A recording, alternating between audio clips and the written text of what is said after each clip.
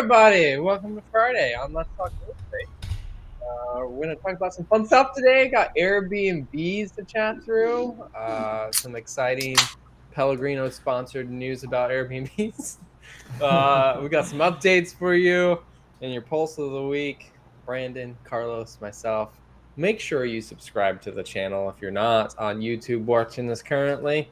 Many great things to come, more than just our weekly show. So let's dive into it. Carlos, I heard you had some fun things happen. Well, I don't know, fun things, interesting things, conversations last week. It's a different, John, I appreciate that. Papa P, always good to see you guys. I had an amazing week. I'm in a different chapter of my life after having LASIK, where I can just do physical activities every day, and not being able to see this far in front for 20-something years of my life, and then just being able to see is like literally crazy. I'm probably going to be talking about it every week. But went up to Delray Beach, about an hour north of me, and was able to golf. I watched some UFC at a family's house that they're like top realtor family in Delray Beach. These Italians that moved down from Pittsburgh 20 years ago. Just absolutely crush it. You drive down Delray and it's site. I'm trying to give context. Hey, I love Italians. I'm a small piece Italian. Oh God, that was so racist. Okay, keep going. I hope we didn't lose followers because of that. If we're canceled after this week, love you guys. Cancel culture. No, I'm gonna go say my own type of people there. But had so much fun. There was UFC on, which I'm not a huge UFC guy, but watched that in Abu Dhabi. So talk about oil money. They're trying to bring UFC, golf. The Live Golf by... I've been reading about that. That's in Miami this weekend, so that just kicked off yesterday or today at Trump Doral, about 30 minutes away from me, 20 minutes away from me. But yeah, that was fun. And during golf, we played with a guy who is a loan officer. I'm playing again with him on Sunday, actually, with my buddy Alex, who liquidated big multifamily portfolio. He moved down to South Florida as well. And this mortgage officer, loan officer... He asked me and Alex used to be a big wholesaler. He's like, yeah, I've been seeing this thing wholesaling. We're talking about mortgages and how the business is slowing down for him and all mortgage. He goes, yeah, I've heard of this thing of wholesaling in real estate. It sounds like it's pretty easy. You're pretty much just selling an investment property to another investor, right? And we're like, yeah, that's kind of like it. So it was funny as we're golfing and on the tee box and between hitting shots for a couple holes, we're kind of just talking about wholesaling and, if he can do it, if he's a licensed mortgage officer or whatever, what he would have to disclose to a seller, all this type of stuff, just talking about interesting. So it was kind of cool between swinging a golf club, just talking about like wholesaling, kind of explaining to someone that's not a true civilian, but somebody that's in the space, talks to people about houses, mortgage rates every day, and kind of getting his perspective on it. So that was fun, in addition to just getting out there and getting physical activity in. Well, wait, so... what's the result there? Is he going to do it? We're playing golf again with him. It's not something he's going to jump into immediately. So Sunday, I'm going to ask him pretty much my next action for him is going to be like, hey, did you check out YouTube videos on wholesaling to get more of an understanding of it? Also, did he subscribe to Let's Talk Real Estate and stuff? Let's Talk Real Estate and stuff, I'll ask him. But no, so Sunday we're playing, and I'm going to see if he did more research this week because he sounds super interested in it.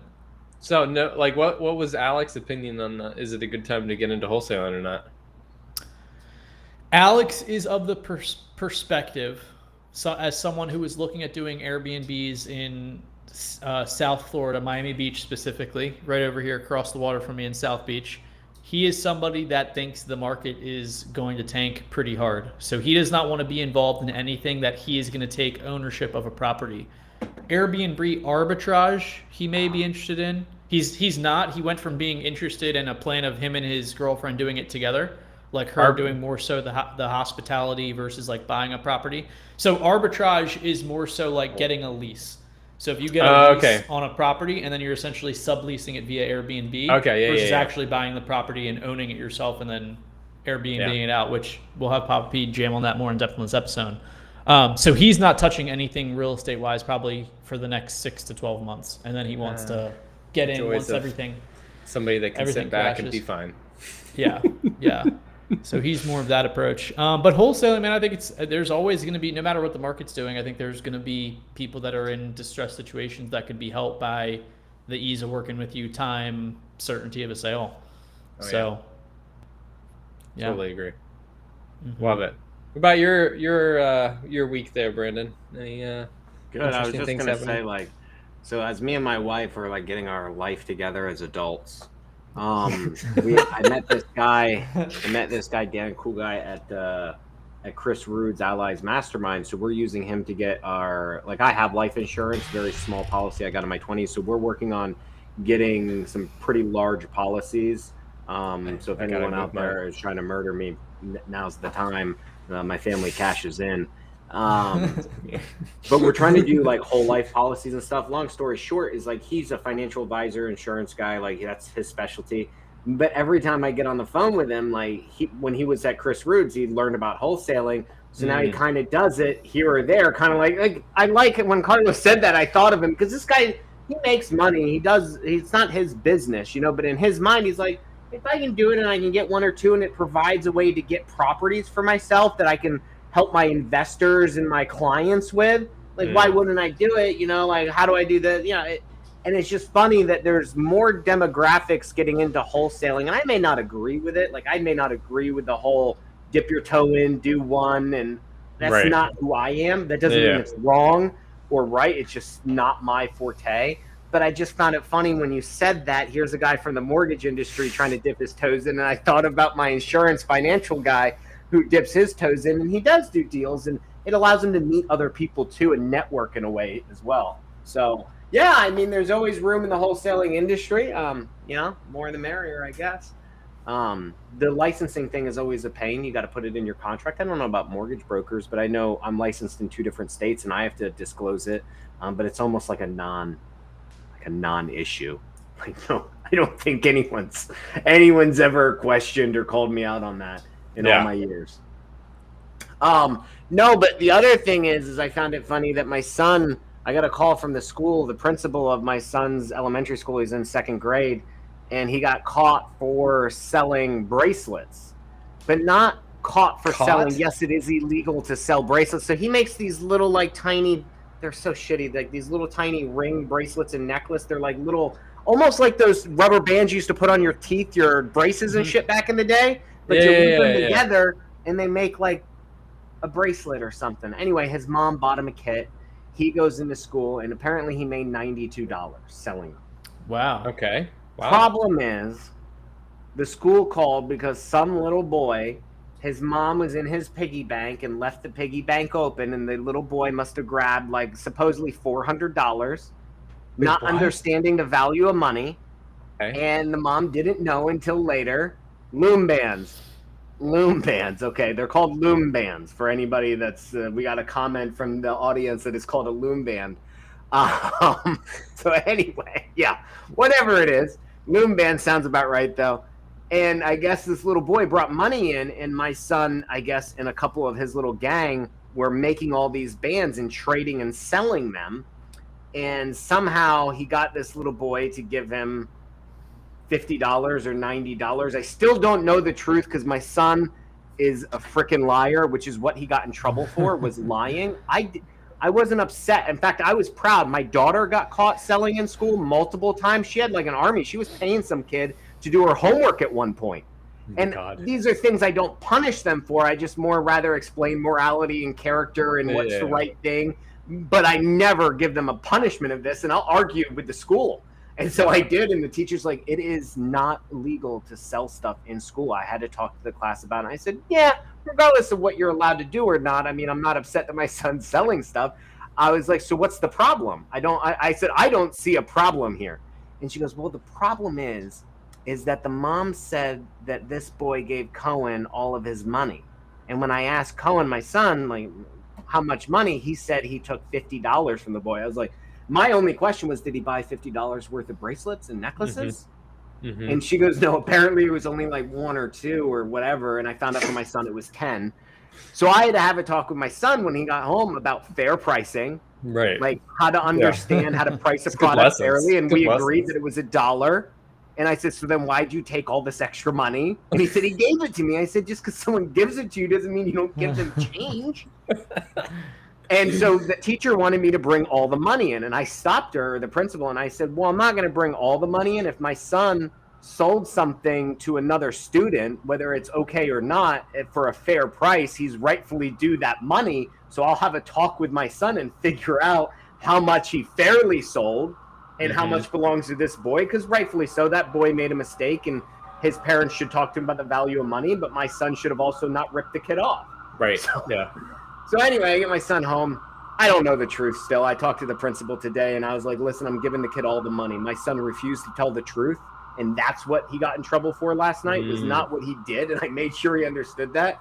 I don't know the truth. None of it makes sense. This little kid's lying. So I said, here's your chance. You could tell me the truth and you could keep the money that you can show me you fairly sold to other kids, or I'm going to give all $90 or $92 back to the principal. And my son elected to maintain the lie and give all $92 back. Man, this is the lesson he will remember for the rest of his life. So here's some good value teaching there, Papa P. Yeah, but here's the other valuable thing here, that I got commended by the principal because I called my son a little fucking liar. He's a little fucking liar. I don't know what the truth is, honestly. And she goes, it is so refreshing to hear a parent admit that their child lies. And I laughed and I said, they all fucking lie. All of them. She goes, I know, but you don't know how many parents I deal with that try to argue with me and say their kids aren't lying and that their kids don't lie. I was like, listen, Linda. I got 3 kids. 2 things I know for certain about kids. They lie and they're assholes. Any parent that says their kids don't lie and aren't assholes are most assuredly parents of liars and assholes. Those are 2 things I know for certain. So anyway, that's where it left off. The little kid got his $90 back. My son got punished for lying, not for the crime. But yeah, and I told him, I said, son, if you want to sell stuff, we got to sit down and properly price it. That's what my dad did for me. So it runs in the family. Seems to be a genealogical thing. Oh man, I didn't know it was illegal to sell stuff in school. But it is. I got in trouble for it too at school. I used to sell candy, all other kinds of stuff I won't mention. But yeah, it was fucked up because my son goes, how many kids have these things? And he said, the whole class. I go, how many kids in the class? I was trying to do the math to deduce how many he sold. And he goes, 21. I said, and you're the 21st, so 20 kids. And you said how many are selling? And first he said 3, then he said 4, then he said 5. So I averaged in the middle of 4 other kids with him selling. I said, that means each kid sold to 5 students approximately on average. I go, how many did you sell to? And he goes, just 2. And I said, just 2, huh? So you're telling me out of all of your group, you're the worst salesman? I said, you're telling me you, who started this whole thing, sold the least? I said, that's disappointing. I would expect you to have sold all 20 of them. That's kind of Was he managing? He could have been managing the other kids, though. I asked that question because that's what my daughter did. My daughter had a little group of kids working for her. And so that's what I thought was happening, was that he brought in the product, the material, created like a little assembly line. And maybe that's true, but he told me that's not true. And I don't believe that either, because like he's the worst liar that you can know. He smiles when he lies. The whole thing was a lie, Carlos. I don't know what the truth is. How crazy would that be if that's a hilarious story? What if like in the modern school system, like they still learn their basic math and, like we've talked about on other episodes, like how to regulate, like just like breathing and stuff, and just like handling their emotions like a human operating system. But what if they were pushed into, or, you could go down a path of like sales and negotiating and just like that type of stuff For at sure, that age? Man. School should How crazy do is that. I mean, if you look at our tanking literacy and math rates in the United States, I feel like maybe we should just switch, forget that crap, and then let's teach them other skills that the United States can be renowned for. That's the way it's going. Like these specialized schools, like I'm gonna mess up the name, but Montessori schools and like homeschooling, Montessori schools, homeschooling, all these different types of ways of educating and teaching your kids is gonna be the thing.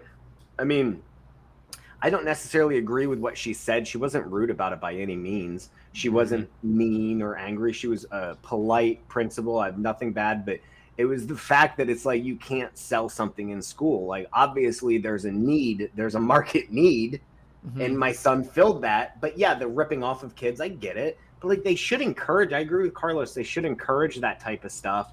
I don't know. I got in trouble in school. We didn't have a student store, so I opened up a student store. They shut me down, and then they opened up a student store. Like you don't have a student store, so like we didn't have one. But a student store is like, so my middle school did, but my high school didn't. It's like you go and in school they sell stuff. They have we had a little window opening in the wall of like a little, like almost like a closet, and they sell candies and chips and pencils and hats and sweaters, and all of the logo, the high school or the school, and you could buy different things that you couldn't buy at lunch, or like a little mini convenience store. My school didn't have one, so I opened one up, and then they shut me down along with other things. And then when I had got back to that school, they had opened one up themselves legally. That's funny. This guy had a great idea. Let's go ahead and do that. Let's go steal his guys. We saw him making money.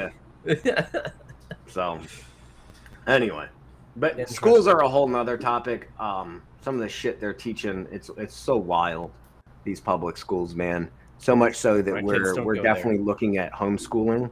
My wife's looking at the Montessori school. I don't agree with that. I'd rather just homeschool. We have a nanny coming in office next week, and we're going to have her teach. So we basically took off half the office, and we're paying someone to come in so my wife can be back in the office, and we're going to pay them. And the whole idea is not just watching, because she's over one now, is to also teach.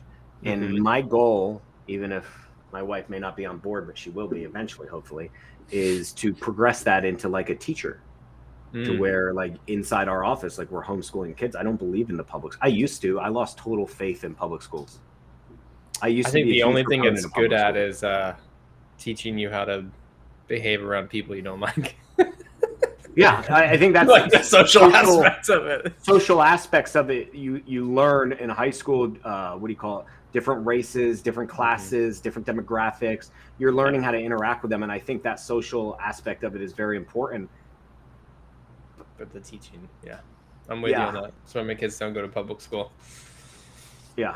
Maybe they will once it's high school. They've got the home knowledge now. It's like, here, that would be a person in the world. Bad idea. Yeah. A little hybrid. Like you're giving them a little bit of both type of thing. I don't know. We'll see.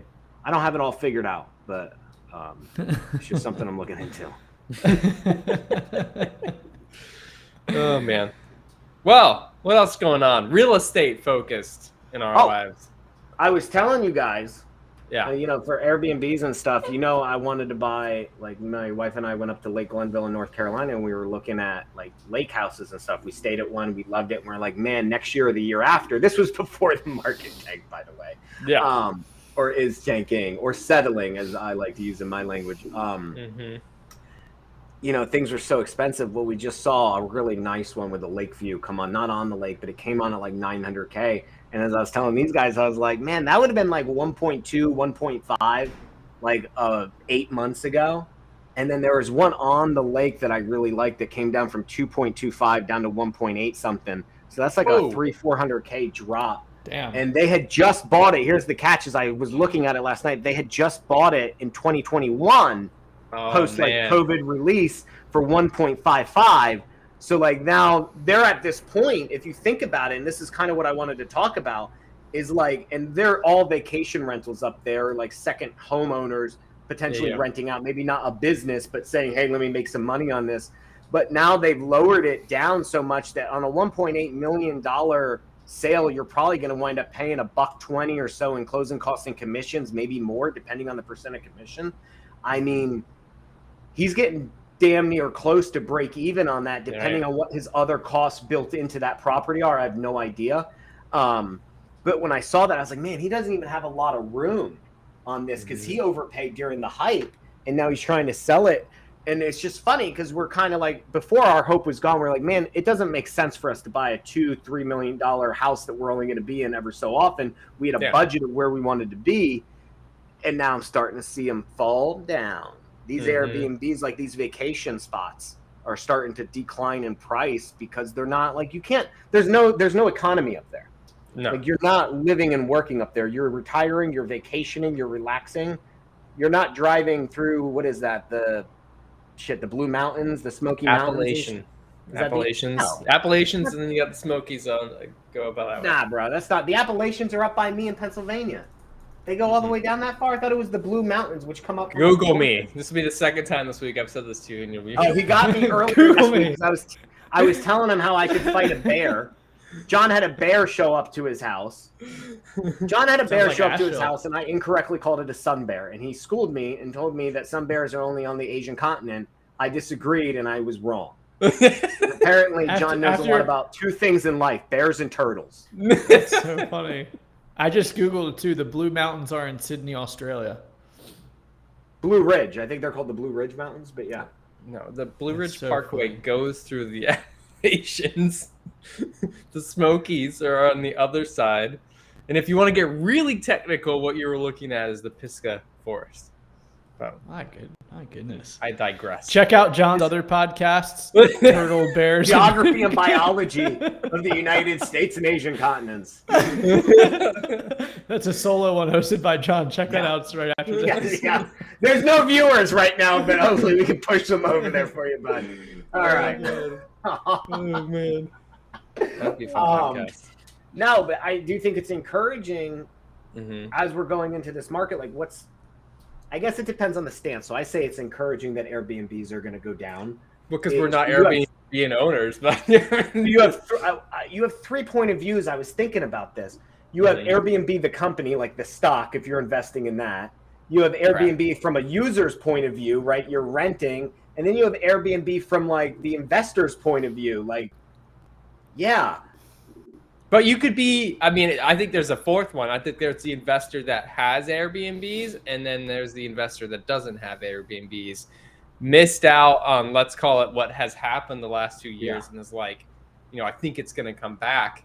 Now will be a great time to buy an Airbnb property. Let's walk through these. So I think this will be fun.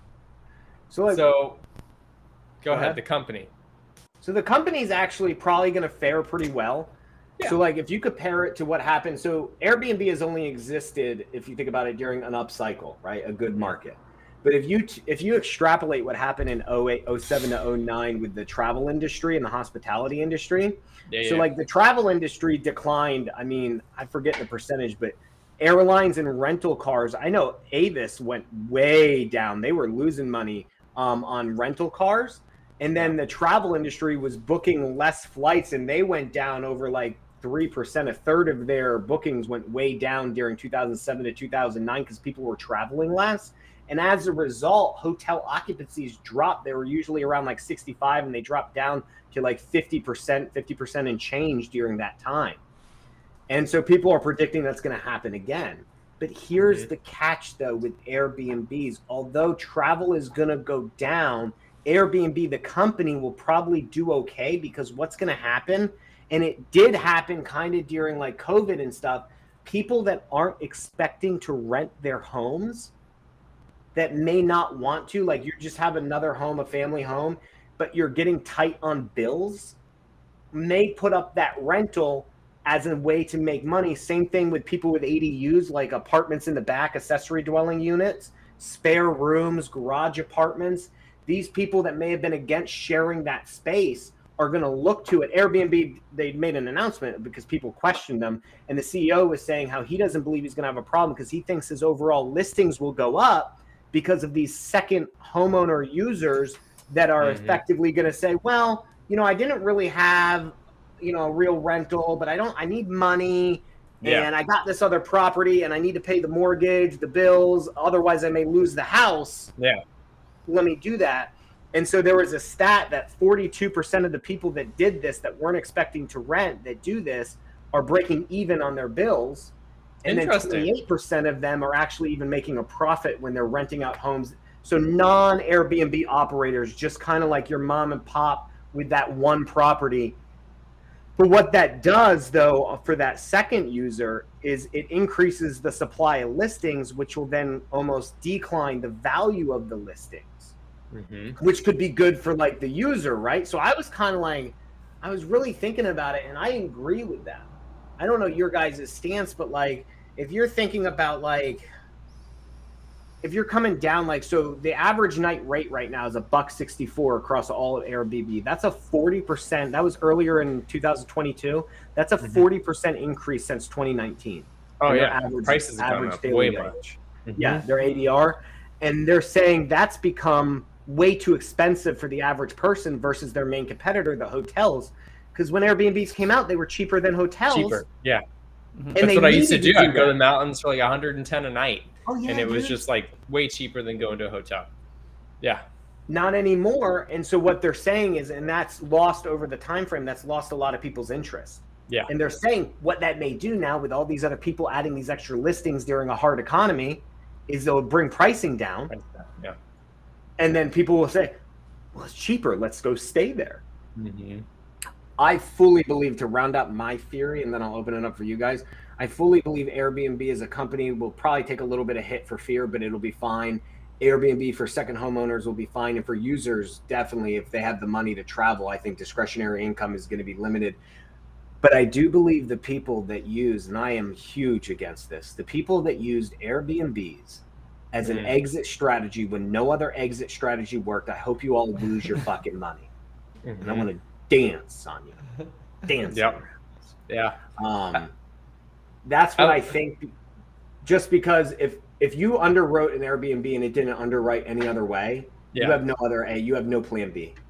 And I think those people 100%. Will be in trouble. I don't think large operators, because they can withstand a punch to like a lot of their homes. And I also don't believe people who've owned Airbnbs since like 2015 that bought it at such a good price that technically it would underwrite as a long-term rental or something else, or an ALF or a sober living or some other way for them to make money. But these people that looked at it and said, well, the only way to buy this house is to do an Airbnb strategy. Fuck it, I'll take it down, furnish this thing and rent it out. I think they're going to be in trouble. I think they need to. I think we're going to see an influx of rental properties, Airbnbs coming back on the market. Maybe not right away, but I think over the like 6 months from now, because how long can you withstand not making money? But I think it's going to be a slow effect. It's not going to happen overnight. So I use Airbnbs a lot. I travel not a lot. Not a lot. When I do go on vacation, I always book an Airbnb, and then we have ever since we started going to the mountains, like 5-6 years ago, we used to camp, and then we had kids, so now we don't camp anymore. We go to an Airbnb, especially when they were young. We're just like, we tried it once with a tent, and it was just a nightmare.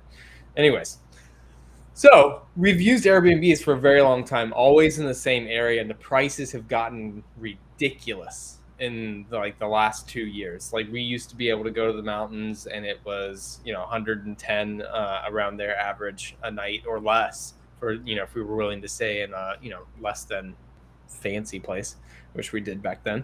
But yeah, now the prices have gotten so crazy, like they're just like ridiculously priced and so high.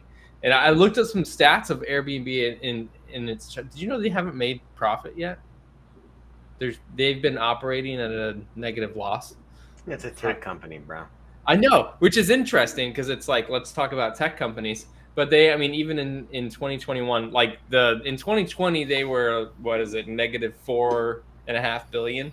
In 2021 they were only negative 352. Like we don't know what they have done for 2022 yet. But their bookings in Q2 of 2022 were just shy of what it was in 2021. So I don't think that they saw the decrease yet. But I did start to go looking some research in like before this episode, like the places that I go, because we just did an Airbnb 2 weeks ago, and we looked at that place when we were up there, and it was still booked pretty solid through like February, March. But I went and just looked at other places around where we usually go in, like Blowing Rock and Asheville and Brevard, North Carolina. And there's quite a few places, not even brand new listings, ones that have reviews on them that have wide open calendars. Yeah, which is pretty weird, especially going into ski season for that area. So there's that. Like, I haven't seen that in years, really, since like Airbnb started to get really popular and people were like, let's go to the mountains. I haven't seen so many open places. Then again, like, there could be a bunch of stuff that's booked that I can't see. So, I mean, who knows? But yeah, no, I think for the user, it's good because like prices will come down. I think as people are like, I need more bookings to, either just break even on my vacation rental. Like, I need to bring this prices down, increase bookings. But and so that's great for a user. But yeah, I think those people that, sold a property as like an Airbnb in the rise when you can make, $2,000-$3,000 or more a month off of this. And it's like some of these guys were banking, dude. They were making 10 grand a month, 20 grand a month on some of these in the nice destinations, buying $1 million property, getting 15, 17K a month in it. Yeah. And the money was rolling. And I know some guys who do it, but like they did it as like almost like one guy I know, he did it as like a secondary vacation home, like, and he just rented it out as extra income. He's gonna be fine. Yeah. He didn't buy it like that, but I mean, some of these properties, man, like they're in weird locations. They're not ideal. And that's the thing too, is like when I went to mine, like I hope my Airbnb host fucking goes under and I can go and just buy that house for myself at Lake Glenville, because I had to do the cleaning. It was so fucking, he's like, hey, I need you to take out the trash. I need you to put the laundry in the washing machine. Like, bro, what did I pay you a cleaning fee for? I should have stayed at a hotel. I would have gotten fucking room service, bro. I had to clean your dishes because they were dirty. Like, you know what I mean? Like, come on, man. And that's the thing, is like some of these fees they tack on too. Oh yeah, you don't even see it until you hit book. And you're just like, what? That's the thing, $400 more than I was expecting.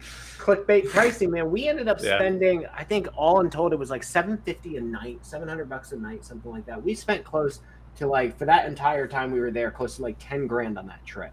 Damn. But here's the thing, is that's what you had said earlier, John. You were like, the ones booked all the way out until March and some of the other ones aren't. I think there's a differentiating between the two types of Airbnbs. There's ones that you plan a trip, and there's other ones where it's like more spur of the moment ones. And so when you plan and you book, you don't really, like, there's refund cutoffs too.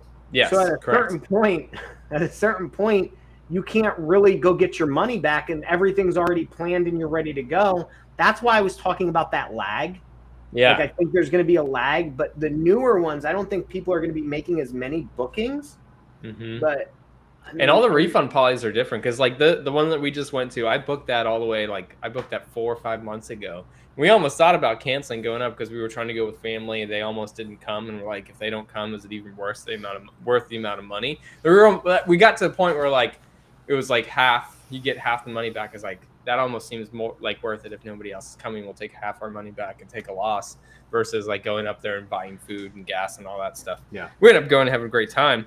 But yeah, I do think that there are some bookings out there, and people got very, like, before COVID with Airbnbs, the cancellation policy was very strict.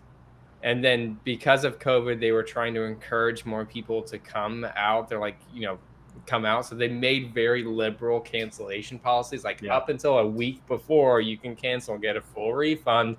And like those are still active in a lot of places. I'm sure that the hosts are going to start changing that in this type of economy. But yeah, I'm sure there are people that will cancel those bookings as they're like, my expenses are getting tighter. The cost of living is increasing. I can't afford that vacation anymore. Even if you could afford the Airbnb rent, it's not just the Airbnb rent. It's the gas. You still got to buy food. I got to cook for a whole family. Yeah. You know what I mean? Like the gas to get there, or the plane travel. And, a lot of times during these things, the airlines cut back a lot of travel, a lot of their flights, because they're not filled up enough, which makes traveling even harder. I mean, rental cars become tougher. So the rental car industry is still struggling from COVID, because Enterprise and like Hertz and them, they had to sell off. Enterprise had to sell off its entire fleet to stay afloat. And then rental car prices jacked up when COVID opened back up, because they couldn't find the car. Then we had the car market shortage of supply. They couldn't refill their fleet, so they started charging more. Bro, when I went to go check out that mobile home park out in Arkansas, I paid like, what was it, like $1 something for a day, $175 a day for a rental car, because they didn't have a lot of cars. And I was like, man, that's rental. What is it usually? Again, that adds to the price, right? Yeah. What would it usually be to rent a car for a day? I mean, it should be like, I rented a shitty Toyota. I mean, I feel like it should have been like under $100. Yeah, I remember it being like $40-$50 a day. Yeah. Because we used to have to rent a van a while ago. But all these costs are coming up, man. Like $300 in gas. So like I said, we spent close to like 10 G's for that whole trip.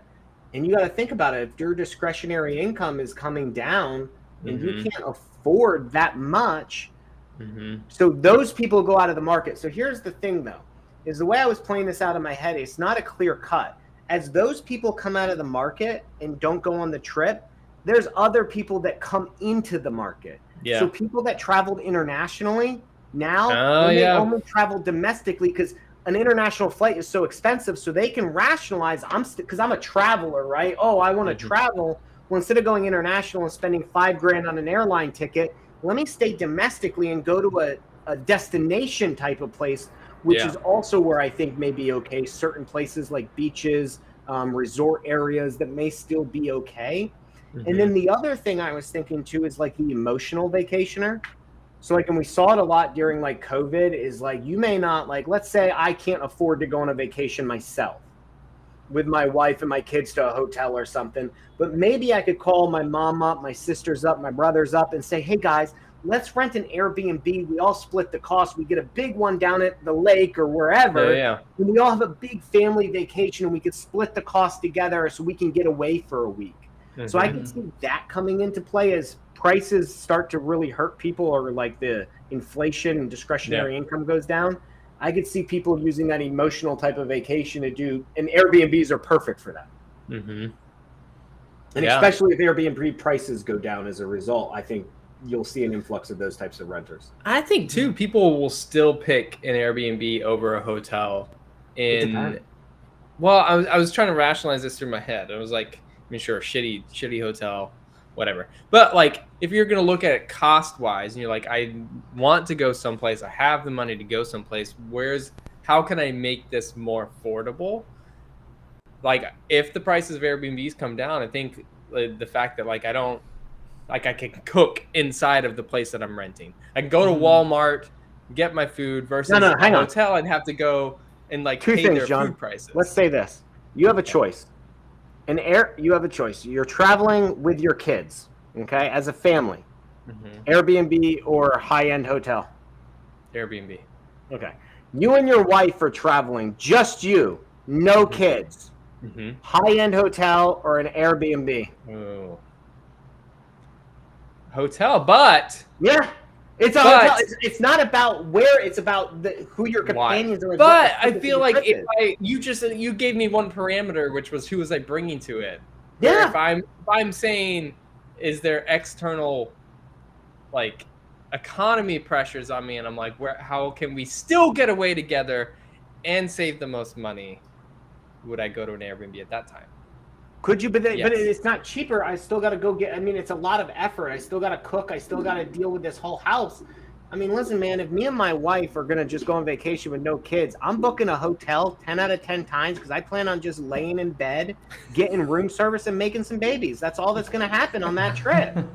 But if I got to travel with like 3 kids in tow and a dog, you're right. That hotel is extremely expensive. Yeah. Maybe my dog can't even go, and John's got 2. You know, that's like can't even stay there. You got 3 dogs. So I got to go with the Airbnb. And that brings up another point. As Airbnb hosts run into these problems, like they've gotten away being strict.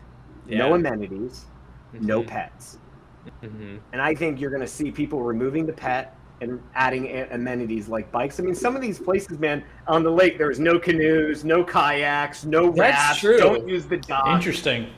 That was like something that Airbnb was like known for at the beginning, was a spectacular experience of like, how can you make a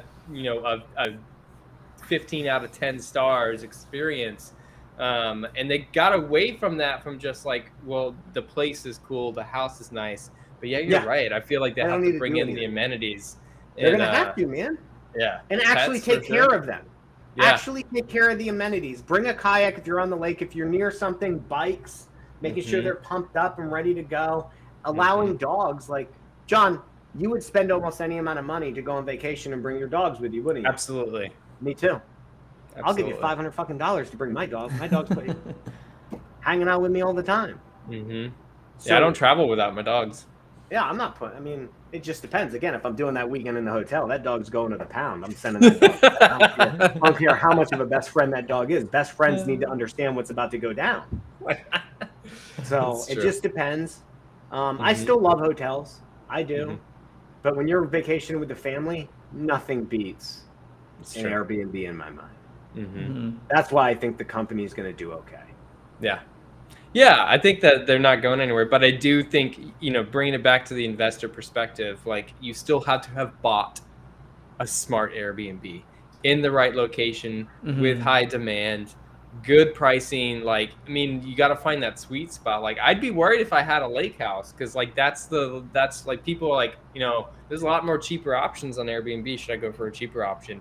You're really like hitting a certain clientele with a certain price per night. But yeah, and then if you did it to the point where you've got to, have whatever 80% occupancy in a month at a certain rate to hit your numbers, to not take a loss on your Airbnb. If we see a decline in bookings and you're only getting half that, you're going to be up a creek without a paddle. Yeah. And selling it, and then somebody else is going to come in when that in price and is buy it. decreased. Because that's the other thing. It's a great time to start watching the market for an Airbnb. That's all I'm doing It's is going to be watching. so much cheaper than it was 6 months ago. You just keep an eye on it. Mhm. You just keep watching. And, Mhm. in a year or so, I don't think it's going to happen overnight. No. People can withstand pain for a while. And I don't think people are going to stop going to Airbnbs. Again, I agree with John. I just think there's a certain group of people who bought these things at the height. They did it for the sake of jumping in because the money was good, and they didn't properly underwrite the deal. I mean, I've been doing this long enough to know that if you don't have multiple exit strategies on a property and you don't cover for a bad situation, you're in a lot of trouble. But that's also because I started during the recession, the Great Recession. I came in right in 2009 when things were like horrible, and I saw what happened to people. Yeah. There's a lot of people. I was talking to one of them today. She's only been in real estate 3 years. All she knows is the good market. I was like, oh, you're just wait. I said, a lot of things are going to change. A lot of things are changing right now. Mm-hmm. Carlos, I mean, I know you. From what I know of you, the only time I know you staying in Airbnbs is work trips. I can't think of any other situation, but I'm sure that's not true. I want to know I want to know your opinion on Airbnbs for like you, a young person who does enjoy traveling and family, as well as what you're hearing other people are saying. Because I do know that you know some people that have been looking into Airbnbs and own some. Yeah, I don't know. I like Airbnb. I do my due diligence, making sure like the host has good reviews and stuff. This entire episode, I've been thinking of if Brandin had an Airbnb, how much just like San Pellegrino would be in the fridge. I'll just go in, crack one. Just a great experience. Amenities, baby.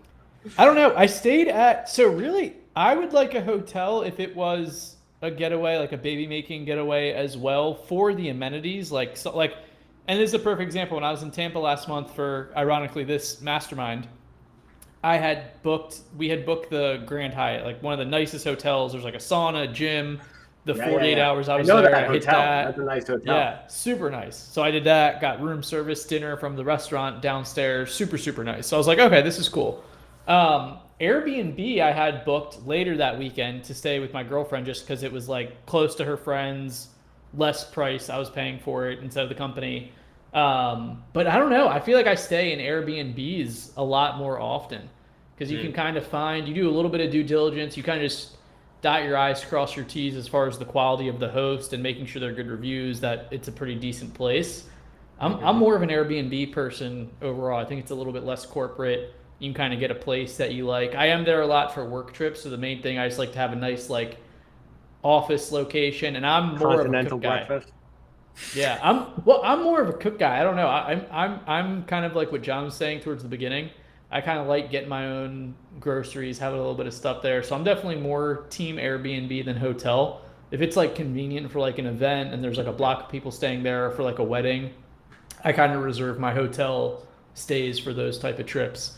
As far as what I'm hearing from people, like I think I had mentioned at I hope it was in the pre-show that I have friends that were looking into it that have somewhat backed off from doing like more luxury high-end ones here in like South Beach, Miami, which is like, spring break here is huge. There's Ocean Drive that you see in movies and stuff like that.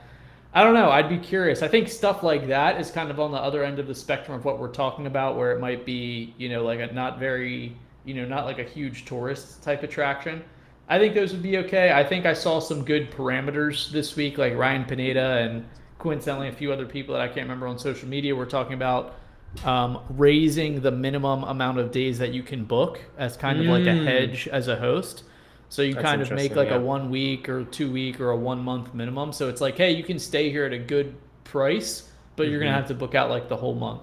And maybe that's a nice hybrid of like a hotel and an Airbnb where it's like, hey, this is like going to be your home for like a month. You know, someone that might be traveling. Maybe that was some stuff that was going on during the beginning of COVID, like 2020 iteration of COVID.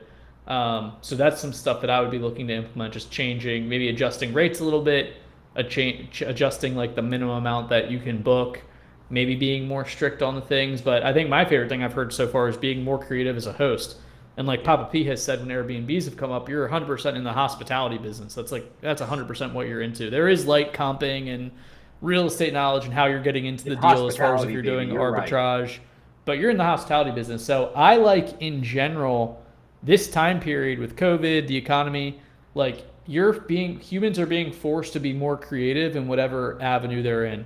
For us, all SaaS people now, like we have to creatively think of how we can provide more value, better customer experience, increase lifetime revenue of a customer from their experience with our product and with our teams. Same thing with the Airbnb host. So my favorite thing that I heard from you guys was like, you know, providing bikes. Maybe you put the San Pellegrino instead of Dasani waters in there. You know, whatever. Or just you're doing, waters you make in that general. work in general. You know what bugs me about Waters in general. Airbnbs is the lack of paper towels and toilet paper. I don't want to freaking buy paper towels and What toilet about paper. when I go to condiments, Airbnb. bro? Like actual fucking. That's what I was gonna say when Carlos was saying like on a work trip he wants to cook. Bro, I hate that shit. We went to for a weekend mastermind and we rented an Airbnb. Had to go get mayo, had to get ketchup, had to get salt and pepper. Like they didn't have anything, and like I'm only gonna use it once. I told my, I'm like, pack it all up. I'm bringing all this shit. That's not so funny. wasting any of it. I was like my dad in that moment. I was like, put it in the cooler. So knock on wood though. Shit. Knock on wood though. I would say most 8 or 9 times out of 10. I guess I do stay at a good bit of Airbnbs. I'm about to pull up my Airbnb history here as I have the Airbnb, Amazon, and Twitter stock pulled up on the other screen. I've had really good host service as far as that, like basic stuff in there. Even my last time in San Diego, the dude, I still went to Trader Joe's and got some stuff for the week, but he even had so much stuff, was like, hey, there's plenty of food here. Feel free to eat whatever you want. There was like oatmeal and cereal and milk and coffee. No, and that's a stuff good like that. host, So like, man. and But a there's water stuff jug. too. You would appreciate that. You might have saw it in the meeting, John. In the all-team meeting that we had that Friday when I was in San Diego, I like turned around and there was just like a 5-gallon. Oh, that's water. awesome. Little things like that, man, but that also Yeah. takes that extra care as an Airbnb host. I went to one where, I mean, we didn't trust that anything was even like, we were checking expiration dates. Yeah, Like, that's the how other part old- of it too. Yes. And how old Yes. is this? Like, is Yeah. this even legitimate? Like, come on, man. Mhm. But I agree. There's been some where, and like some of these bigger companies, and that's the other thing, guys. We haven't even talked about this. So we're talking about how, like, or maybe I'm getting here greedy, talking about how I want to buy this cheap Airbnb. Hedge funds. They found Institution. Airbnbs. Yeah. So I was reading this Oh. article where I can't think of the name of the company. They just closed a funding round for $500 million for short-term rentals. So here's what's happening is hedge funds have basically, and because I used to sell to them back in like 2012, 13, they've been buying forever. They have been jacking prices up and compressing their cap rates to a point to where it's not as lucrative. So they're chasing yield. And the thing is they have billions of dollars sitting on the sideline, and some of these funds, like one just closed a funding round, they're looking at short-term rental. What they want to do is get into the hospitality, like lodging space, and what better? And they're already used to doing rentals. So what better to get into hospitality? Like me and Carlos say, Airbnbs aren't real estate, it's hospitality. So they can transition almost their whole business model into short-term rentals. And a lot of the same stuff applies. Over the time, technology enables them to do like check-ins, like seamless check-ins, remote key operation. You don't need somebody there. They already have the crews for the repairs. They already have the crews that do the post-cleaning. They can bring those people in. It's not rocket science for them, and they have the money. So I was reading this article where they're saying, like, for people like me who wants to buy an Airbnb, depending on the time frame, I could be in trouble because the same thing that happened to single-family housing, could happen in the Airbnb space in certain locations. Obviously, they're not going to be probably buying in the mountains of the houses. Smoky Mountains, Yeah. but in a lot of urban areas, a Appalachians. lot of vacation areas, resort and beach areas, I could see them doing that. Yeah, that's interesting. And I think too, like it will become to like separating yourself away. Like the place that I stay at, I've been twice. This one I just went to. It has a phenomenal view, hot tub, pool table, tabletop shuffleboard. They love dogs. They like put couch covers on their couches and say, "Bring your dogs in." And then they say the only thing that you need to do to leave is take your stuff. That's it. And they have like hot chocolate and coffee. They don't have condiments, but they have like spices and stuff like that. They don't have cold stuff. And so like that's like it's their only home. They like to ski. They live in Virginia, and they're like, we wanted to buy a house where we could come ski, and then we put it on Airbnb.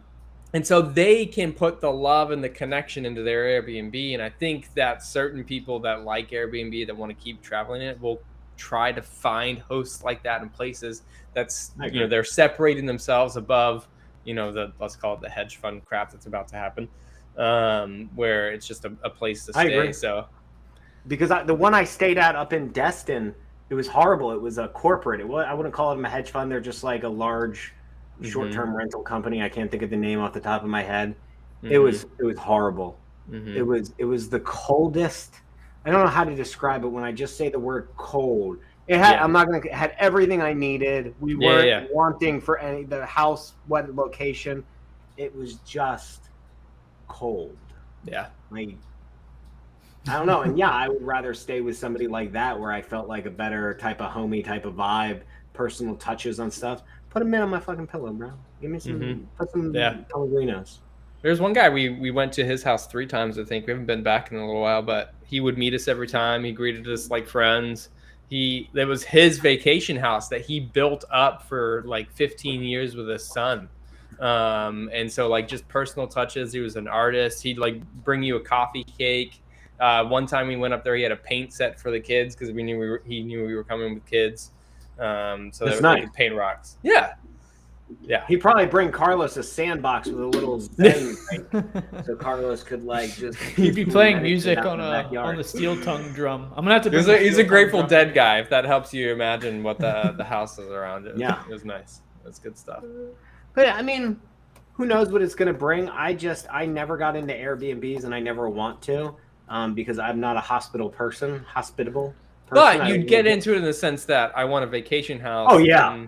But I don't consider that being I would never tell people I'm an Airbnb guy. I'm just going to say I'm a guy who's not stupid. I know how to offset my expenses. Yeah. Right? Like, that's the only thing is if I'm going to have a house sit there 300 days out of the year empty for the 65 we're going to be there, I might as well do something with it. But again, I would underwrite that deal. So what I was doing is I was underwriting the deal, trying to figure out what my bare minimum expenses were to provide a good experience and like how minimal occupancy did I mean? Like, could I get down to like 25% occupancy and be okay? Like, what pricing would I have to be at with these average rates? Yeah, not so like I didn't 80% need my house to and be then filled up 20 months out of the 20 days out of the month. I think that's the smart way to do it. I mean, that's everybody. That's because I'm not operating it like a business. I'm operating it as a homeowner, so it's a little different. I think no one's going to agree with me on that if you're running it for profit. It's true. It's true. I don't know. Interesting stuff. Well, we are at 101, so let's do a little pulse of the week here. What did you guys find happening in the world that we can talk about? Oh, my neighborhood out in Saudi Arabia has neighborhood? My neighborhood. I'm going to live there one day. It's called The Line. Now, it's located out in the desert of Saudi Arabia. Right in the middle of like the world's most traffic trade routes, right? So it's a perfect location. And what they're doing is essentially, it's called The Line. It's 110 miles long, 2 skyscrapers, the size of the Empire State Building, right? So, and it's like 550 meters high by 220 meters wide. It is basically a rectangle running 110 miles long. So it's 2 of them running this way.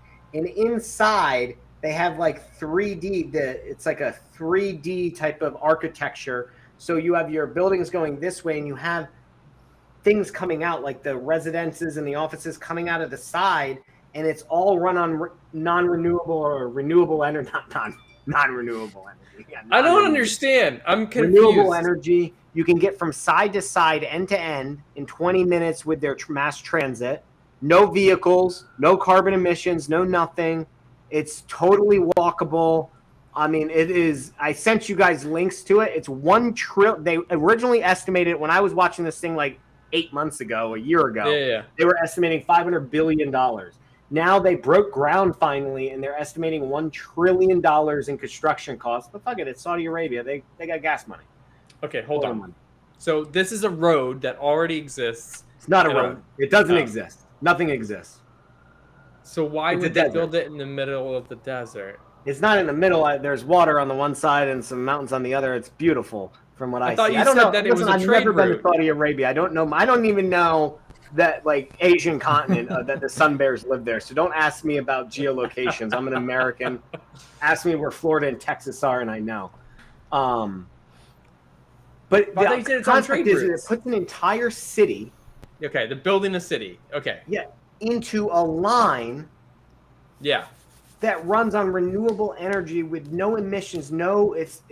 There's no cars. There's no buses. There's mass transit that runs up and down this line, and you can walk in and ride your bike. And everything is built. It's 200 meters. So think about this. It's roughly the Empire State Building high and half of the Empire State Building wide. Wow. Okay. And they're like glass. It's like two things of glass facades running down. So it doesn't look like a building. It literally looks like a rectangle. Just Google the line Saudi Arabia, and you'll see all their advertising for it. It is beautiful. It is epic. It is the future of cities. They're basically taking this entire population. What is it, like 6 million?